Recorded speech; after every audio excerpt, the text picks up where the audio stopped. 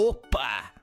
Seja muito bem-vindo ao Chuva de Histórias, onde a gente busca abordar assuntos da mitologia e fantasia como histórias de personagens, contos, marcos históricos, mitos e tópicos.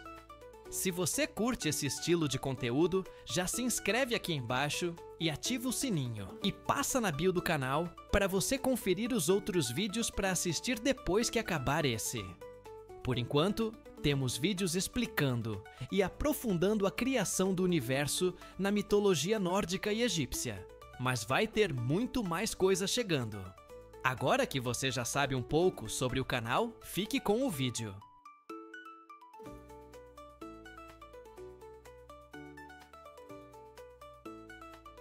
Tá na hora de falar sobre provavelmente a mitologia mais conhecida, a mitologia grega. A mitologia grega é uma das mais abrangentes e vários personagens com muitas histórias que não foram muito contadas com detalhes, e eu pretendo muito trazer elas aqui para vocês. Mas antes eu vou te mostrar como que os deuses do Olimpo criaram o universo segundo a mitologia grega. Eu sou o Gabriel e vou te contar essa breve história.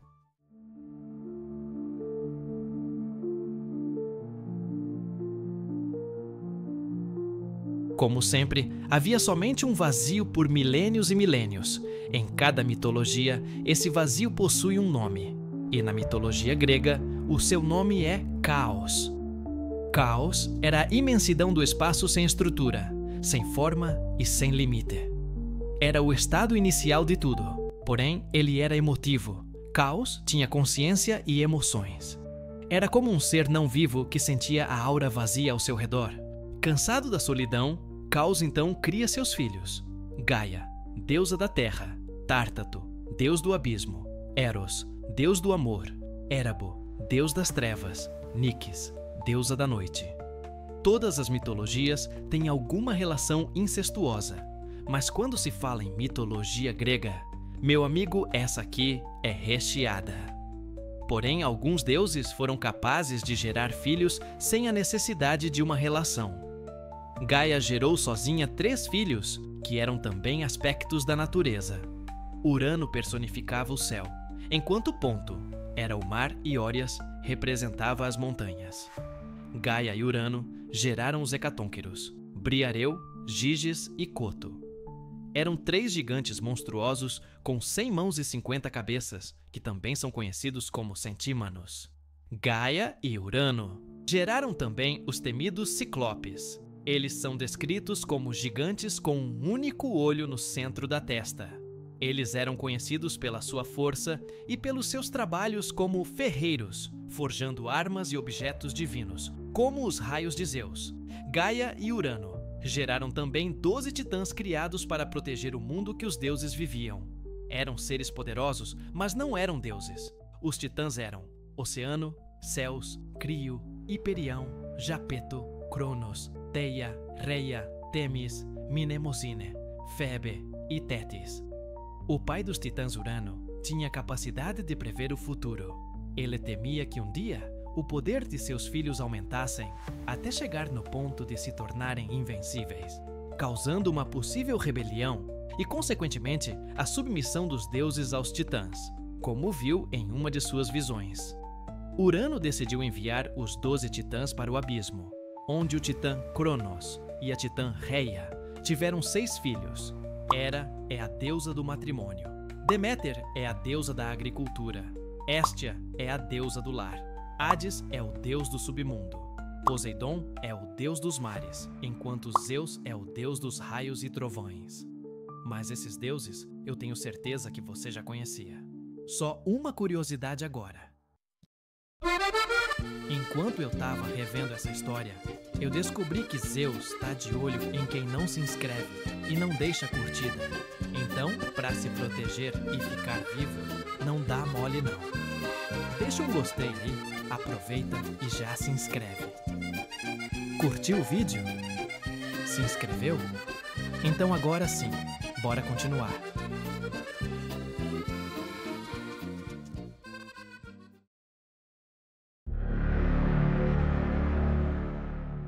Cronos era meio tantã da cabeça, pois ele tinha prazer em devorar esses deuses, que eram seus próprios filhos, mas eles eram imortais. Eles só ficavam presos na barriga de Cronos. E não acontecia nada demais, tá ligado? Mas é doideira imaginar que o cara literalmente gostava de engolir seus filhos. Que ideia torta, mano. Mas então, continuando. Sobrou apenas o caçula Zeus. Cronos já estava de olho no deus dos raios, mas Rhea era esperta. E ela já estava ligada na ideia errada de Cronos. Rhea conseguiu esconder Zeus e o isolou na ilha de Creta, até que ele se tornasse um adulto. Passaram-se os anos e Zeus foi criado e muito bem treinado por Gaia. Seus poderes eram imbatíveis. Zeus, já adulto e poderoso, deixou a ilha de Creta para confrontar Cronos e libertar seus irmãos, que ficaram presos no estômago do Titã até o momento.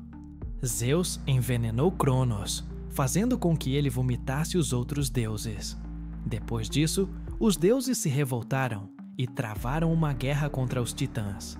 Essa guerra foi conhecida como a Titanomaquia. A Titanomaquia foi uma guerra de 10 anos na mitologia grega, travada entre a nova geração de deuses olímpicos, liderados por Zeus, e os titãs, liderados por Cronos. Os titãs foram condenados ao abismo eterno, conhecido como Tártaro, após serem derrotados, e os hecatônquiros tinham a tarefa de ficar de olho neles. Lá na frente do tempo, Zeus libera alguns titãs do aprisionamento, como Temis e Mnemocine, que se tornaram aliados do Olimpo. Existe uma outra história na mitologia grega que Zeus liberta o titã Atlas, que foi premiado com uma tarefa específica muito divertida: segurar os céus em seus próprios ombros. Diversão pura, não é mesmo? Quem é que não sonha em segurar os céus nos ombros? A coluna adora. O Olimpo foi conhecido como um lugar sagrado, justamente por ser o lar dos deuses, que saíram vitoriosos da batalha. Mas como que ficaram as coisas depois? Agora, os deuses só vão fazer fotossíntese pelo resto de suas vidas. Brincadeirinha. Vamos voltar ao modo sério. Os deuses agora precisavam decidir como seriam as coisas. Agora que eles se tornaram meio que donos do universo, eles precisavam fazer a vida prosperar. Foi aí que veio a questão: quem vai comandar o quê? Foi decidido então que 3 deuses dividiriam a responsabilidade pelo mundo. E através de um sorteio, foi decidido que Hades ficaria responsável pelo submundo e as almas dos mortos. Poseidon cuidaria dos mares, oceanos e criaturas aquáticas. E Zeus seria responsável por toda a superfície e todos os seres que havia nela, se tornando também o líder do Olimpo. Apesar de toda essa cultura vinda da antiga Grécia, o país é predominantemente católico, seguindo a ideologia cristã. Mas os gregos têm afinidade muito grande com toda essa mitologia, justamente por ela ser grega, obviamente. Não só por isso, mas a cultura prevalece em muitas cidades da Grécia, que mantém a estética mitológica com esculturas, jardins e obras que fazem referência a, na maioria das vezes, uma figura da mitologia.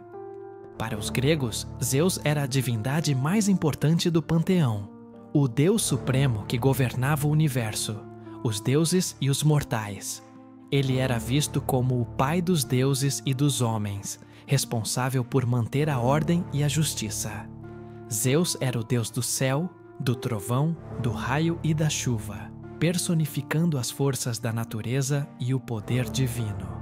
Assim como o Olimpo representava o lar sagrado dos deuses, um lugar celestial onde eles viviam, se reuniam e tomavam decisões que afetavam a humanidade. Era um ponto de referência fundamental para a sua visão do mundo e da religião, simbolizando o poder e a autoridade divina. Chegamos ao fim do vídeo, e se você chegou até aqui, muito obrigado! Não esquece de conferir o link com mais conteúdo de mitologia, que está no comentário fixado. e também na descrição. Se curtiu o conteúdo, deixa um gostei, se inscreve e ativa o sininho para receber mais vídeos assim. Um abraço e valeu!